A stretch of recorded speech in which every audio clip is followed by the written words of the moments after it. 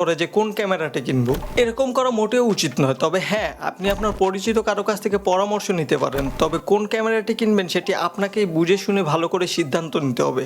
কেননা কোন ক্যামেরাটি কিনবো এই প্রশ্নটি করা যতটা সহজ, উত্তর ঠিক ততটাই কঠিন। ক্যামেরা বাটনে ক্লিক করলেই ফটোগ্রাফি বা ভিডিওগ্রাফি হয়ে যায় না। এর পেছনে থাকে প্রত্যেকটা মানুষের উদ্দেশ্য ও নিজস্ব কিছু দৃষ্টিভঙ্গি।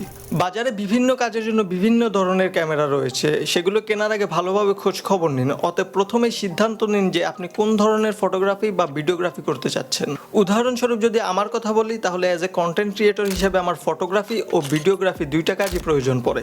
তাই আমার ক্ষেত্রে প্রয়োজন পড়ে এমন একটি ক্যামেরা যেটা দিয়ে এই দুইটা কাজই সমানভাবে করা যাবে। অপরদিকে আপনার কেস ভিন্ন হতে পারে, তাই আপনার কাজের উদ্দেশ্য কি সেটি নির্ধারণ করেই ক্যামেরা বাছাই করা উচিত। অর্থাৎ আপনি যদি ব্লগার হন তাহলে ব্লগিং ক্যামেরা, যদি ফটোগ্রাফি করেন তাহলে ফটোগ্রাফিক ক্যামেরা, কিংবা প্রফেশনাল যদি ভিডিওগ্রাফি করে থাকেন সেক্ষেত্রে সিনেমা ক্যামেরা বাছাই করা উচিত।